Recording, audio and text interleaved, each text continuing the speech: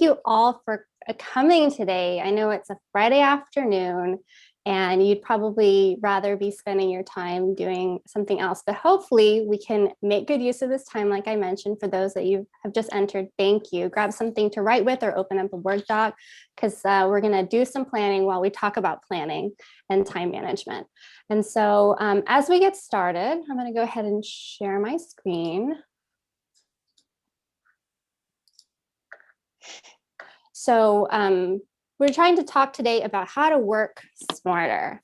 And a lot of these principles will, I'll share ways that you can learn more about them later and hopefully kind of whet your appetite and get you started with the process.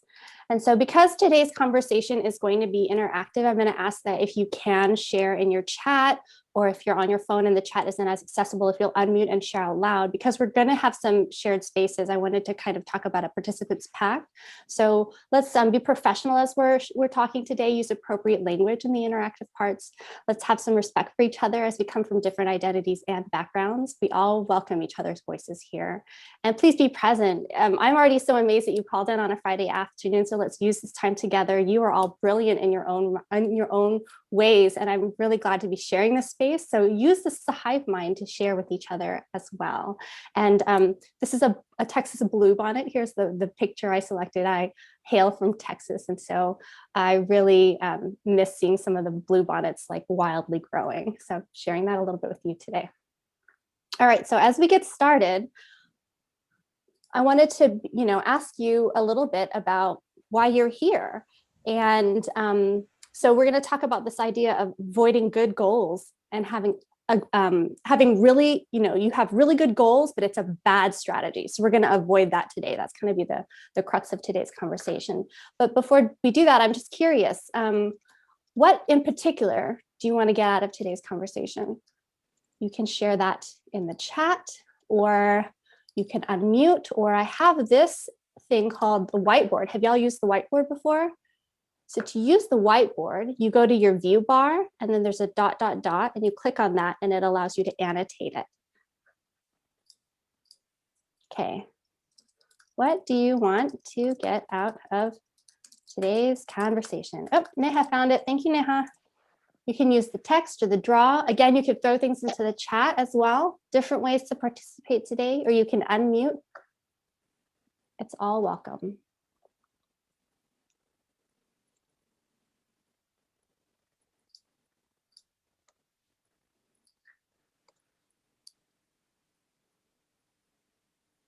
Anyone looking for a,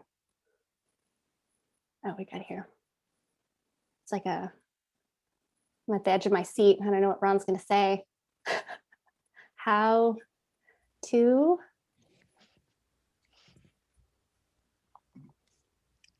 have y'all used the whiteboard before? If it's new, don't worry, take your time to find it. I have not. Okay. We've not had a presentation with whiteboard yet. With the whiteboard before. I was having a problem, so I'll just use the audio. How to multitask more effectively or balance tasks and responsibilities. Yeah, so you said how to multitask and balance responsibilities. Okay. Yep. Okay, thank you for unmuting and sharing that. I have limited time in the lab, so being most productive with the amount of time I have while I'm physically in the lab. Yes, absolutely, Olivia. Aside from cloning yourself. Neha wrote, learn time management skills to improve work-life balance, definitely. And then Lamise, I believe, forgive me for the pronunciation, achieve everyday goals on time as planned. That's like that would be amazing. You could get all the gold stars. All right. Well, thank you for sharing. And as you have other goals that you want to share, go ahead and throw them in the chat. I'm going to take the whiteboard down for now. But let's go back to this idea, like, you know, you all have things that you want to do. You're all moving things forward. And if you think about each X, right, and this is taken from football, also being a Texas person, not that all Texas people are, but this one is huge football fan. This, you can imagine that an X might be like, okay, this is all the funding mechanisms that you're working on, and you have to get the next grant. These are all the papers that you're writing and you're thinking about publishing, and these are the experiments that you're doing. So you're wanting to move everything forward, and you have all really good goals, but as you may find, it's difficult to do all of these things in the allotted 24 hours a day, or hopefully you're sleeping and not, you know, working all hours of the day. But how do you move all those forward in a way that is strategic and that is focused and doesn't completely exhaust you? Because if you have a lot of good goals and no strategy, that's bad, right? So your long-term plan and the way that you're going to fix this or adjust your way of looking at it is looking at your long-term plan, because if you know what you're aligning your actions to, that's what strategy basically is. So you know what your long-term goal is, and you're going to align your short-term goals to that. So you're looking at how to get there more easily. And so let's talk about that first. And so when you define your strategy, I have this big view because you're looking at the forest for the trees. So in looking and defining your strategy, which we're going to do here today, you're going to talk about what your vision is, what your value proposition is, and who are your stakeholders? For whom are you doing this? So you're going to focus on the goal, you're going to look at the top of the mountain, you're looking at the forest for the trees. The second part of this session, we're going to talk about the actual trees and how to do the decision making on how to move forward. But for right now, we're going to define it. And so a lot of people forget to do that. And that's what the hustle and bustle of the day feels like. And I know what that feels like, right? Like being a postdoc, being a parent, or running a whole research program and, you know, taking care of people in your family. How do you do all of that and move forward and feel like you're progressing? All right, so the first thing we're going to do to define your strategy, again, we're going to talk about your vision and your value proposition and your stakeholders, and then we're going to tie it together after that. Get out a piece of paper or start on your Word doc, and we're going to talk about your vision statement, which is for you, right? Looking internally, taking a deep breath. What is the purpose of your work, of your research, and how you execute that work, right? So why is this work important to you, and what is unique about your research? Just think about that for a minute. Is the purpose of your work to try to look at disease mechanisms? Are you trying to find therapeutics? Are you building technology platforms to enable the research that you're doing and the research of others? Are you looking at, as they say, like trying to build a better mousetrap?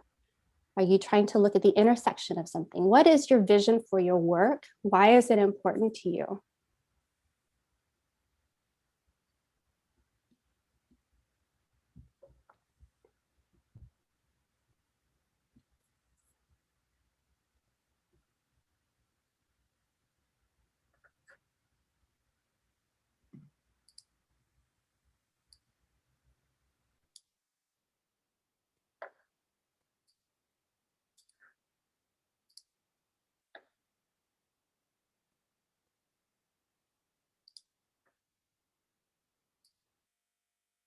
Okay. If you have a general reminder of why you get up in the morning and lead this crazy researcher life that you lead, we're going to move on. Okay. This is the vision statement that you usually present to others, right? You communicate this in your grants, in letters of intent, in letters to editors, like response to editors. Those are crafted a little bit more delicately. When you're recruiting employees, students, postdocs, and maybe when you're pitching or giving short introductions of yourself in settings like at conferences or whenever you are meeting somebody and you run into them at lunch. I'm like, what is that? That was like a year ago since I did that. But this is important because you're familiar with this, of stating your vision to other people, but reminding yourself of why you're doing the work today is going to be really important. So the next thing we're going to talk about is your stakeholder or your value proposition and your stakeholders. And so what is unique about your work also depends on who you're speaking to, right? So this is your idea of your stakeholders. It's not shareholders. Some people think of it as a financial term. It's nothing to do with money per se. It's who has a stake in the success of your work. And so this could include a lot of different kinds of people in academia, right? It could be external to your organization, right? So it's the funders, people who are in communications or the media or publishing. And then internally, it's the employer yourself. It's maybe your PI, if you're a student or a postdoc, maybe it's your chair, right? Your department head, whoever is in that department or in your institute, or maybe it's people that's working with you, your students and your postdocs. And then you're looking at your research peers, which kind of are the bridge between the internal and external. You rely on them for feedback on your presentations and on your grants, but also the ones that are external you might be collaborating with, right? So it's important to think about who you're speaking to, because what's unique about your work and the way that you talk about it change. And this is also going to be really important as you think about your strategy, right? So as you're thinking about who has a stake in the outcomes of your work, you think about what is important to them. And so for funders, it's going to be important that you do the work that you're going to do, right? You report that you stay in budget, right? For example. And so that's one way that you're going to do that. So just take a minute and write down some of the stakeholders that are top of mind for you. And maybe that's the public too. Maybe you're working on a grant that really involves some recruitment of public participants as well, clinical trials and things like that. So just take a minute and write down your stakeholders.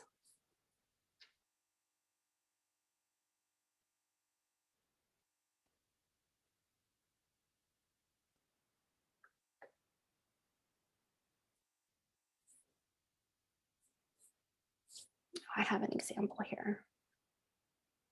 So this is one way it could look, right?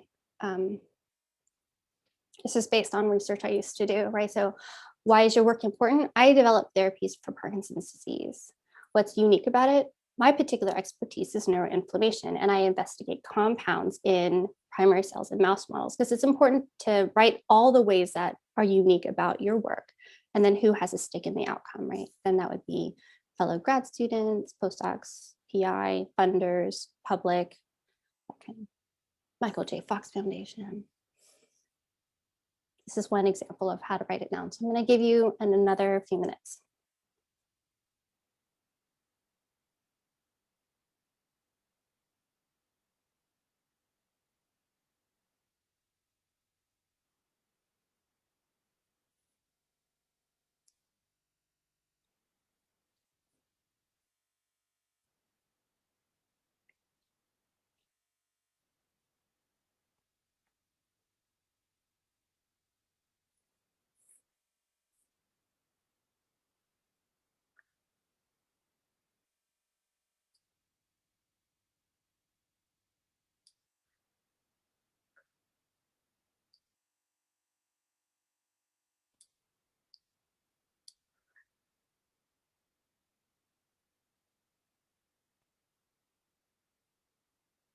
How are we doing?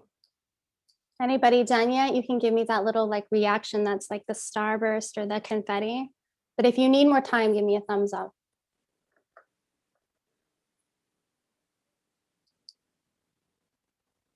Okay, it's got to be one of the other folks. I got a confetti from Andy and a confetti from Jasmine or Yasmin. Melissa's done. Neha's done.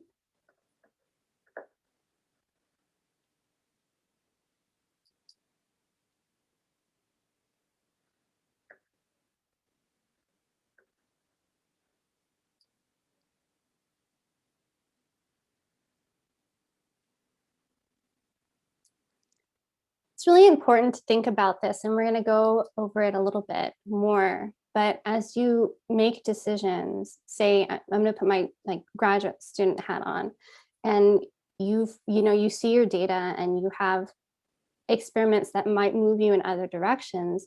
It's important to say, right, like, do I want to continue on this line, or if it brings you in another direction, do I want to chase that rainbow? And A lot of times too, as you come back from a meeting with your PI might say, oh, that is really interesting. You know, if we're looking at this or we were looking at this, you would want to do this and this and this and this and this. You're like, okay, that's really great. And remember to ground yourself in what your strengths are and what you want to do. Again, your vision to help you to define what's forward. And if really you've decided that you're going to veer from this path that you've set for yourself or your vision, obviously that's okay. That's science, that's research, that's what makes it exciting.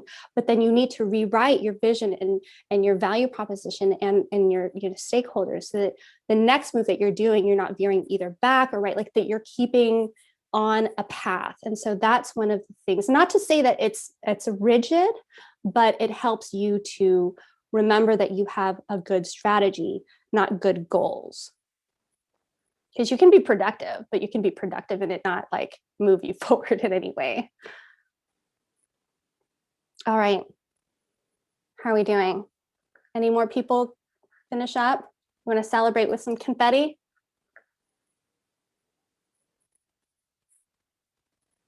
Okay. All right. We're going to move forward to the next part. All right. Here we go. So now let's get to the strategic planning part. Now you've thought about what it is that you want to complete and the reason why you're doing it and the people that it's going to be, have a stake in it, that are going to care about your success. And now we're going to get to the planning part because you're going to be making those decisions and making your decision to come here again. Thank you for the person who had unmuted and said that you're here for this. So now we have this vision of the trees, because now this is kind of what you're looking at. Imagine every tree is a task that you have to do, by next week. And there's a lot of them. So how do you prioritize? What is the process for strategic planning? We're going to talk about it. How do you prioritize? And then how do you apply time management principles to help you with that decision making? Right. So now we're going to go through the trees and then we're going to zoom back out in a little bit. All right. So the strategic planning process typically involves 3 steps. It's brainstorming, then you prioritize, and then after you prioritize, you get specific, right? A couple of other ways you can think about this is if you are in a lab meeting and you had a couple of different ways that you're talking about the different methods or controls that you want to do, you want to get all the ideas out there first. Then, depending on the factors that are important to you, which we're going to talk about in a little bit, maybe it's time, maybe it's cost, maybe it's the collaborators available, you're going to prioritize. And then you get specific. When are you going to do that? Who's going to do that? When am I going to know? Right. So then you're going to set the dates and the parameters around it. So the steps are, if you're feeling overwhelmed, you're like, I got to do some strategic planning, remember these 3 steps. It's brainstorming, then prioritizing. All right. And then like getting specific, putting it on your calendar. So what I'm going to ask you to do next is, and some of you may have this on the ready, is the brainstorm part. List all the research activities or your other life activities in there too. Like if it's on the mind, you're like, I also got to get the oil changed, right? Like write in the activities that you have to do, say in the next week. And I just wrote an example here.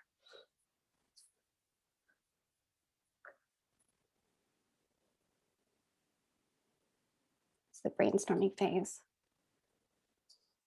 And take a deep breath. Some of you, I don't want this to be like some sort of an activity that makes you stressed out, right? Like take a deep breath and find some comfort in the fact that we're going to organize this in the next 35 minutes. So write down a couple, take a deep breath, take a drink of that beer. I've just got water, but I'll get a beer later.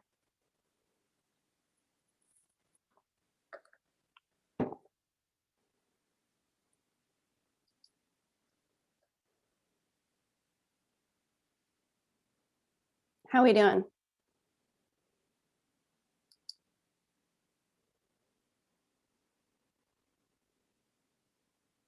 Good. Melissa's got confetti.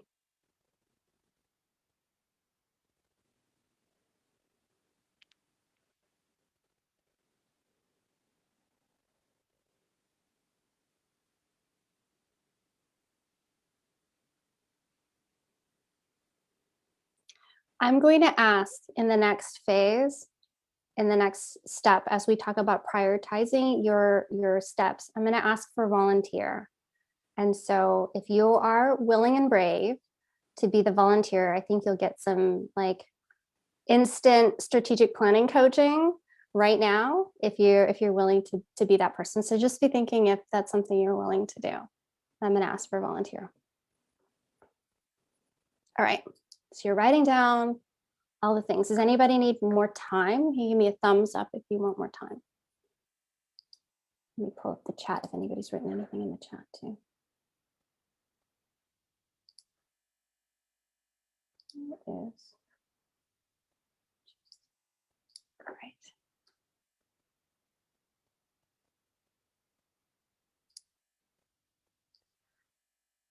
All right. Anybody need more time? We're good. Everyone's like, I got my list. Okay. I'm going to move on. Are we good if I move on? Thumbs up.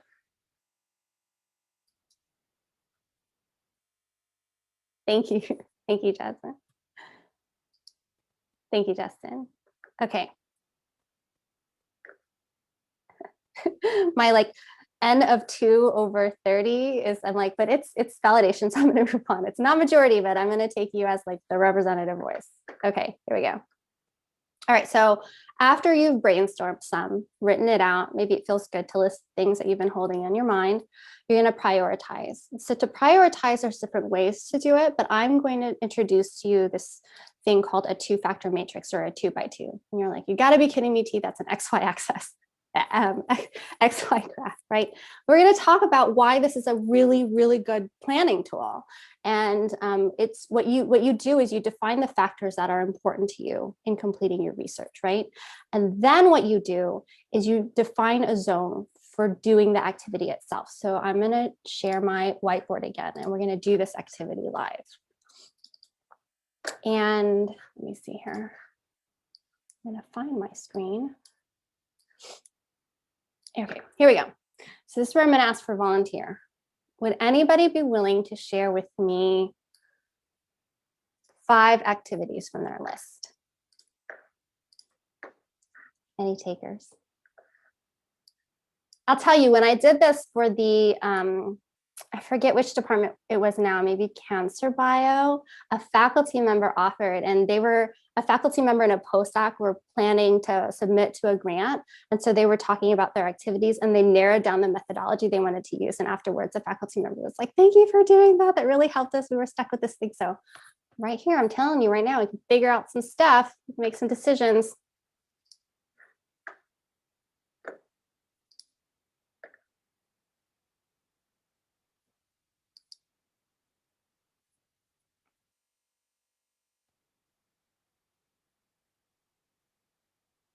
Any volunteers? Olivia. Ding, ding, ding, ding, ding. Thank you so much for volunteering. All right, shall we get to work? Would you be willing to share? It doesn't have to be your whole list. Give us 4 or 5 things that you are wanting to prioritize from your brainstorm list. Okay, so it's not as important as the grant there, but what I need to basically do in the next week, I need to read a paper for a meeting next week. Mm-hmm. I need to gather together some data from other papers about protein sequences and crystal structures. Okay, you said it was, let's make those 2 different things. Gather protein sequences and what else? Crystal structures. Okay, so gather crystal structures. I need to analyze some of my data.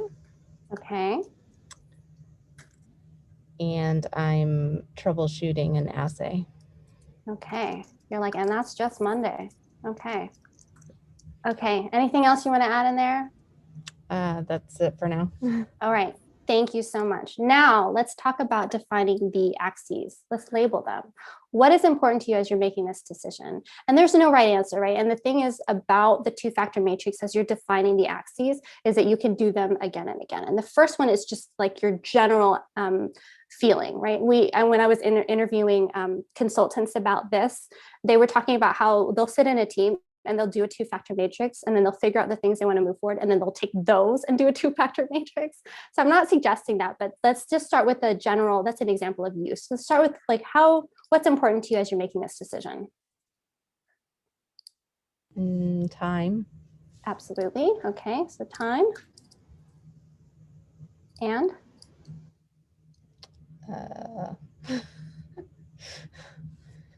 Let's see what else. I guess just, moving a project forward.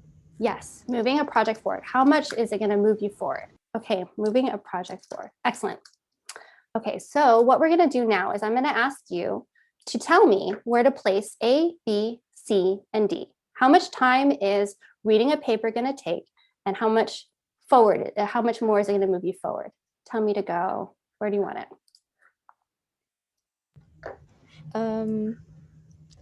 Well, this one is I printed it off. It's a 25-page paper that I have to read, so it's going to take me a little more time than normal. Okay. And it's kind of low on the project moving forward list.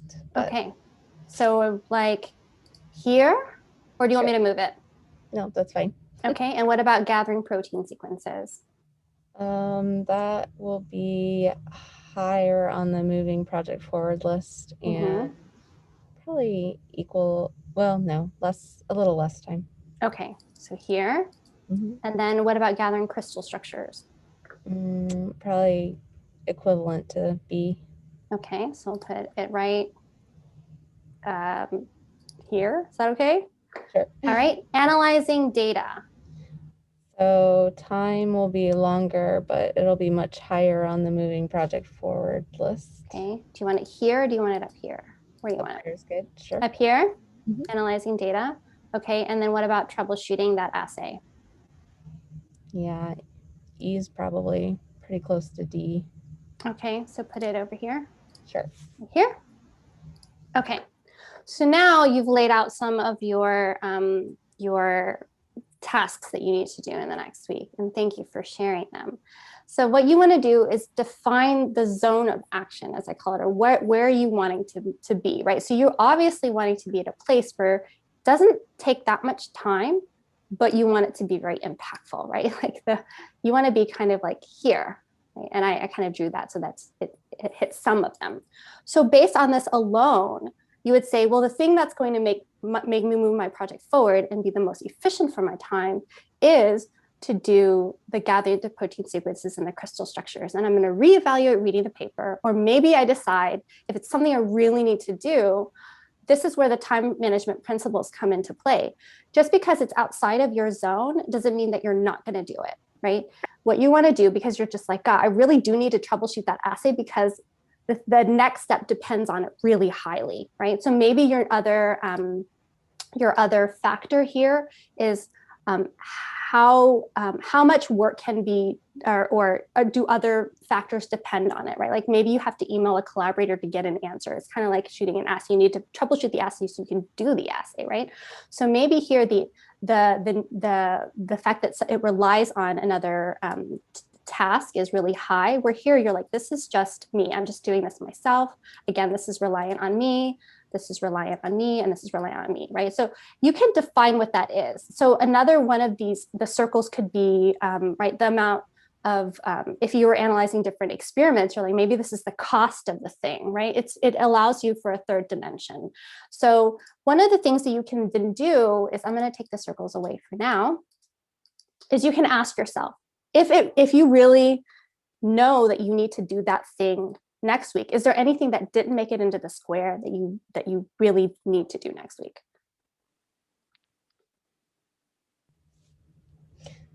Yeah. Which one?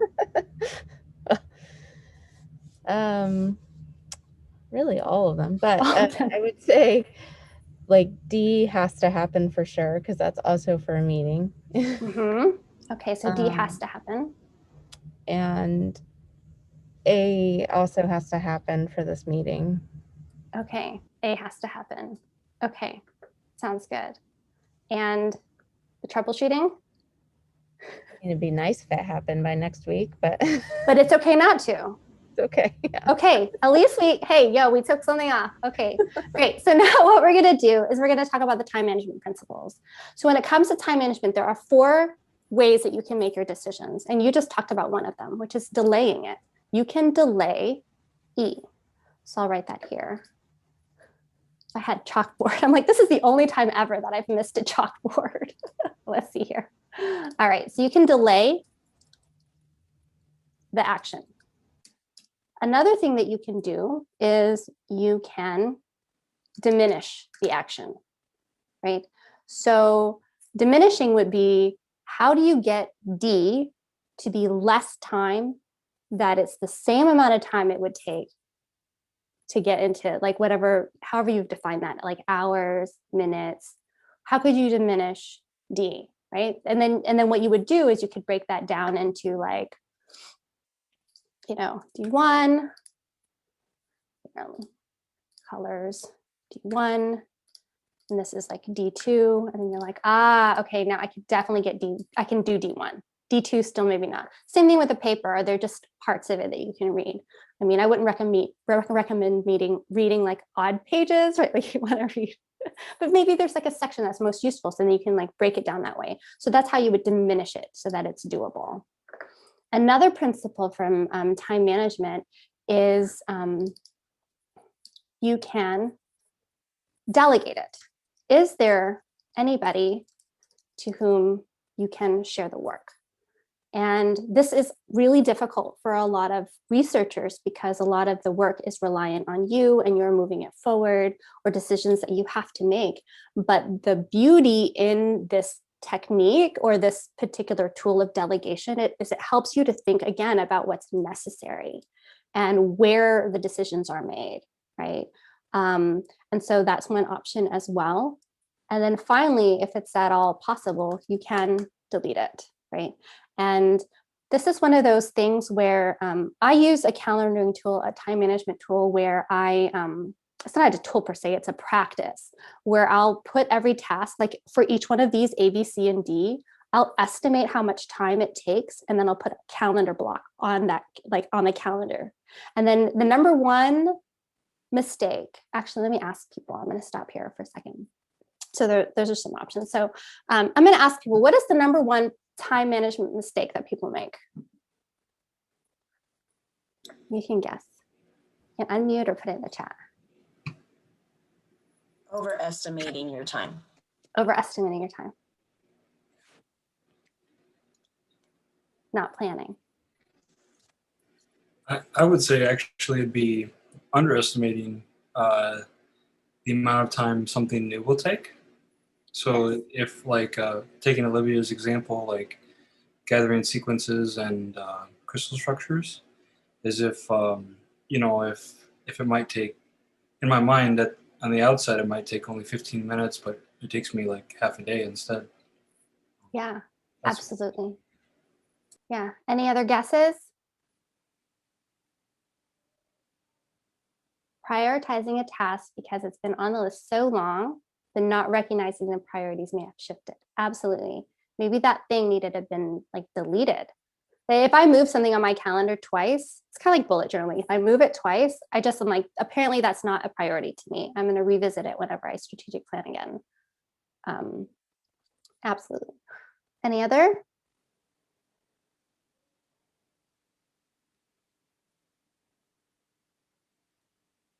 So we had the correct answer was shared. It's that you underestimate the time, or you don't estimate correctly, as I guess Melissa was saying, like the amount of time wasn't allocated correctly. And so, you know, sometimes that has to do, you know, it's very optimistic in a way. I think it comes from a good place. Not only do you want to be more efficient in the amount of time that you have, or maybe you've just only allotted that amount of time, but in terms of estimating that, it helps you again to realize, well, if I am going to, you know, do this task, I really only have 2 hours for the reading. Maybe that's what you've allocated for yourself for the paper. And what is it that you're going to be able to kind of hone in? What is going to be the thing that moves me along? And so thinking about that ahead of time before you sit with the paper, because it can be real intimidating and also exciting. You're like, I have this new paper to read. I love, I want to dissect all of the details. I want to get all of the, they did such amazing work. It's all really exciting, but in the reality of it, again, strategic planning, thinking about why you're doing it, who you're doing it for, and what decisions you're going to make from it, it will drive the way that you spend time with that task. And much like Casey mentioned, a lot of times just add an extra 20% on that time to fix, to try to overestimate or, give yourself a little bit more space. My partner, who is a researcher also, sometimes will be like, I'm going to just run into the lab over the weekend and like do this assay. I'll be home in like 2 hours. And I'm like, okay, I'll see you in 3. Like we kind of know now. And so that's, I think it's a part of the journey. And so one way that you can use this, not only in this broad strategic planning sense of like, what am I going to do for my my overarching plans for the next week, you can look at it from a day-to-day practice. So I was talking with a time management coach, and she said this is something she encourages with her clients, that you look at your list or the things that you're doing the next day and try to start making those decisions. Like if you have set 7 things that you need to do, which of the ones can you delay? Which ones can you diminish? Which ones can you delete? And which ones can you delegate? And it just gets you into the practice of making decisions about it instead of looking at your day and going like, oh, my day's going to be crazy tomorrow. And it still probably is. Like I woke up this morning and I felt that way. And that's normal. It's okay. But again, it's just like centering yourself on really what does need to be done to move me forward with my overall vision of what needs to happen for my projects in the next week, right? Or, for your family or for your mental health, right? In terms of like adding exercise in there, for example. Okay, so what we're going to talk about now is, thank you, Olivia, also for volunteering. Okay, so when is a good time to use this strategic planning to do something like this? And so a great time is just when you're overwhelmed, right? If you're just like, I can't see, 2 feet in front of me, or everybody is needing something from me, it's just a good time to just sit. And you may not even make any decisions from it, but if you find that you can, jot them down and see it out in front of you, that might be a good time. If you're about to meet with collaborators, this is a great time to decide. Again, it's a great reminder of what it is that you want to accomplish with your research and the vision for your research. And then decide on what you're willing to be flexible about. If you anticipate like, oh, that the collaborator might want to, suggest this, or we're going to do this, or they'll take that part and I'll take that part, like as you're doing that planning, try to do it in anticipation of a meeting. It helps you to decide what you're going to be flexible in. Of course, again, it's not a rigid plan. It just helps you to understand what your priorities and your time commitments are and actually to see it out, right? So that's an example. And then as you're saying like, okay, well, I was really willing to do these things because I can afford to do them. I have the staff time to do them. And it's important to my research. Maybe those were the 3 factors for your matrix. But the thing they suggested was outside of that square for me.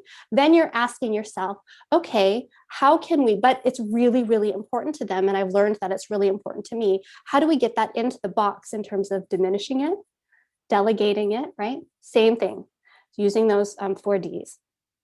So maybe you presented to your boss, your chair, your PI, whoever you are, or your peers, and you just got all the suggestions, right? The research in progress or the works in progress is really great for that. You're like, everyone has something really wonderful to contribute. So many points of view on how you should do your experiments and ways to try things and how to proceed, right? You just get all the things and then you're like, oh my gosh, how do I decide which path to move me forward next? That's another great time to do it 2 by 2. And then the final thing I would advocate for is just to do it every 6 months. Check in with yourself and to put it on your calendar, put a calendar reminder every 6 months to do some sort of a check-in with your strategic planning. And then I think it's really important here, with our lives being so busy and you're juggling so many things with research and family and health, to be kind with yourself. And so when you do check in with yourself next week or in 6 months, and you see you didn't get to the things that you said you were going to get to say, you know, I did do some things as well, right? Celebrate the things that you were able to do. I think that's a part of the strategic planning, knowing that you were able to move yourself forward incrementally. So celebrate the things that you did accomplish and the things that you were able to achieve. And then look at the things that you didn't achieve and ask yourself, do I want to delete it? Do I want to delegate it, right? The 4 Ds. And I think the thing too is you often find that you can also apply what we call SMART goals to those. And so one way that you can diminish it, if you've heard of this term, is to make something a little bit more specific, a little bit to make it measurable. How do you know that it was actionable, that it, let's see here, realistic, and that it was time bound? And maybe something that you can add an accountability thing in there, because it could be really difficult if, say, like 6 months ago, you were like, start writing that paper. You're like, okay, that's a really, really good goal. It's a pretty bad strategy though, right? So if you were to make that smarter, writing the paper might be, sitting down and seeing if we have the data. Do we have the publishable units, and how much data do we have? That way it allows you to see, what's missing.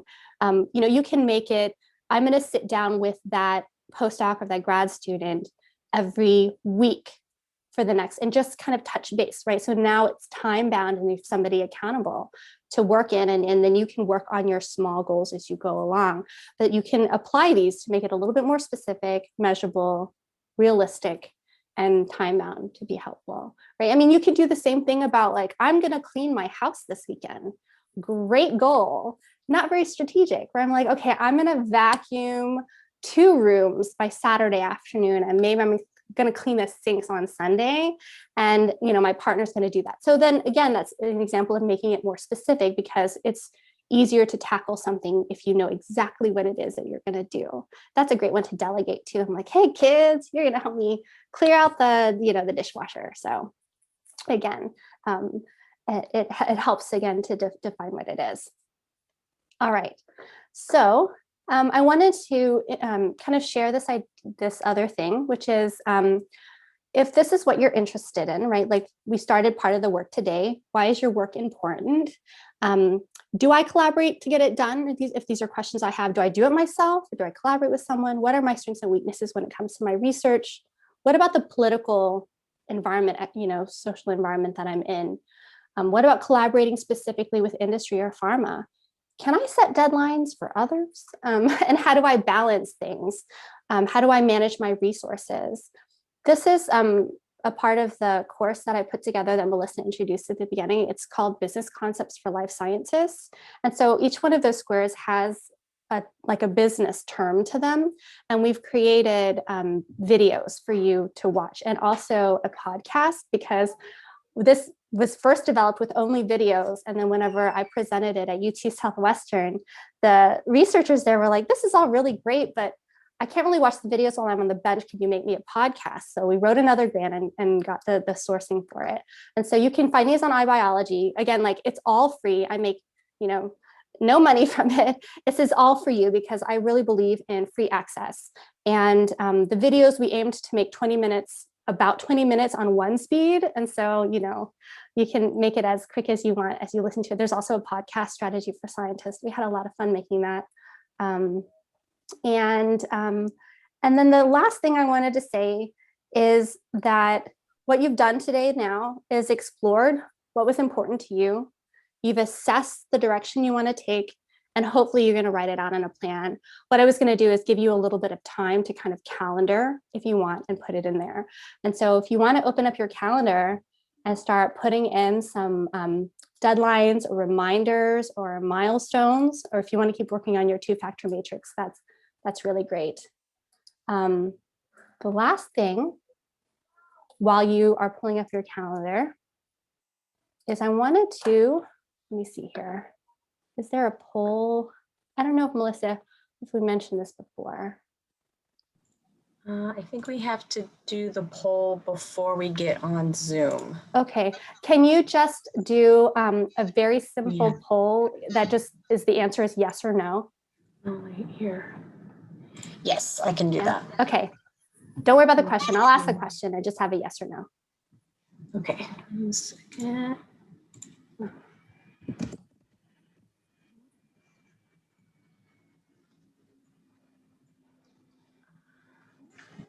Yes. No.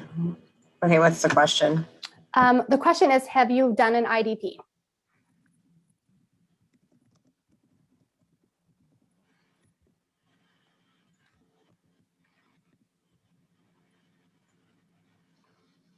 Yeah, so the question is, have you done an IDP? And we'll say in the last, I don't know, 5 years, ever. Okay, they're filling it out now. Thank you. Thank you all for participating in this poll.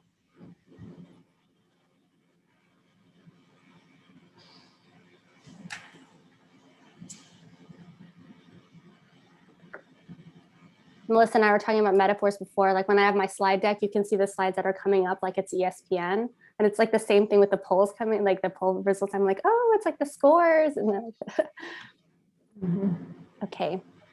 So thank you. We have about half people who have participated. So if you want to answer the poll, we'll leave it up for another 20 seconds.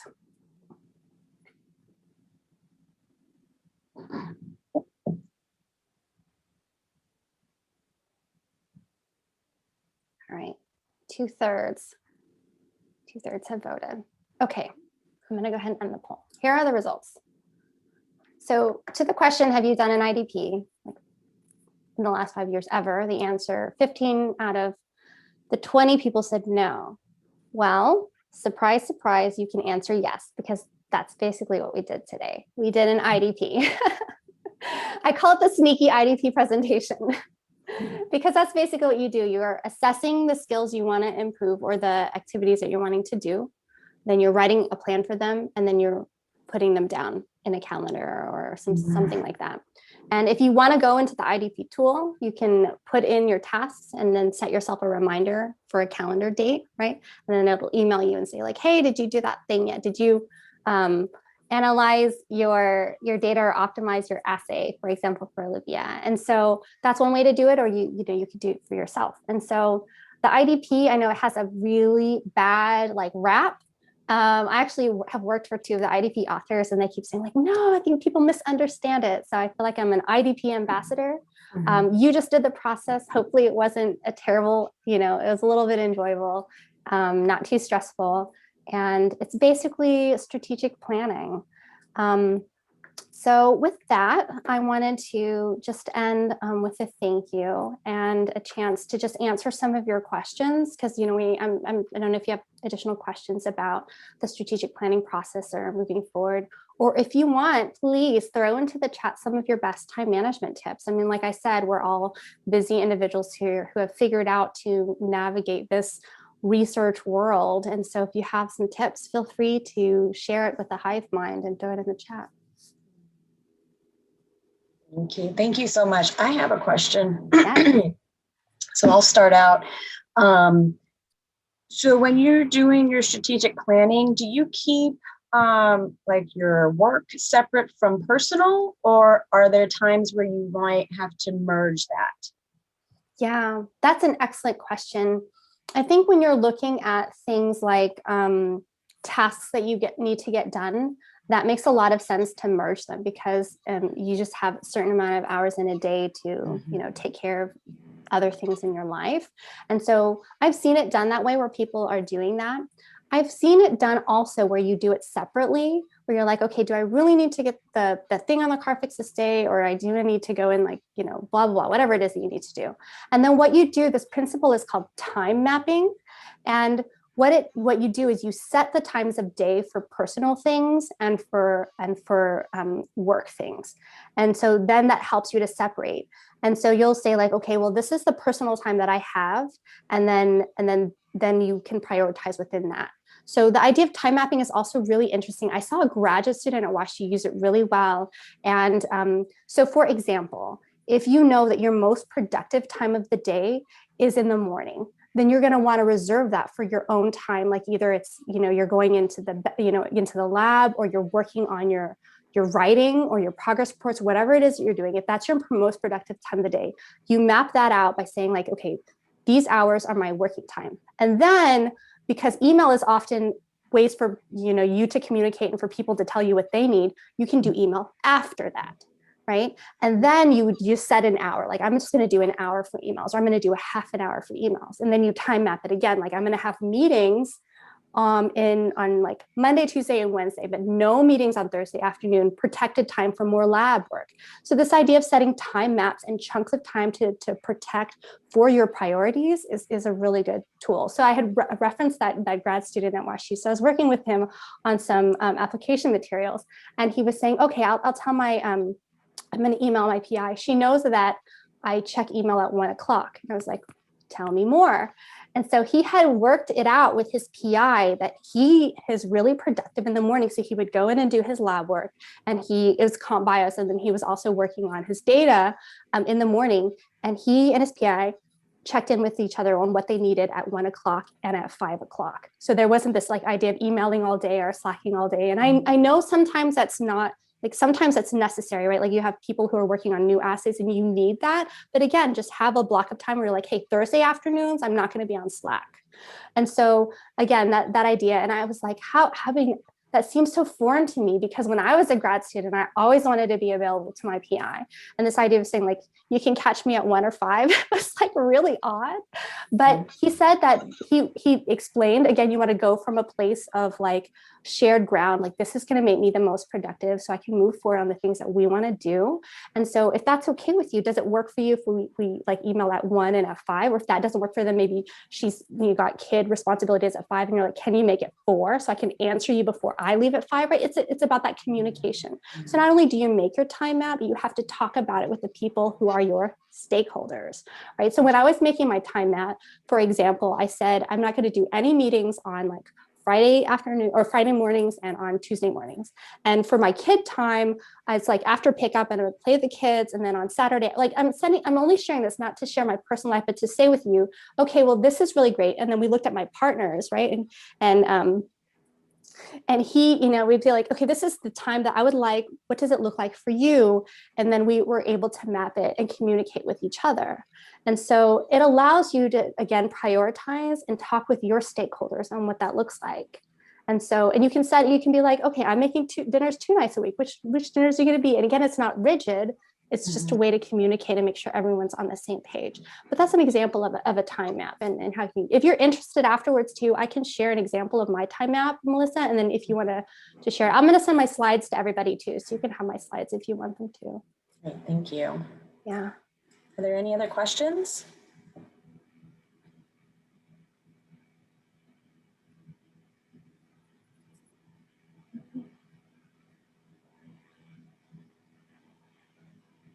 All right, I have another one then. Maybe people are too scared to ask. Because initially it seems like it's a lot of work to do all of the strategic planning, right? And the time mapping and stuff like that. So how much time did it take when you started, and how much time does it take now that you've kind of done it for a while? Yeah, that's a really good question.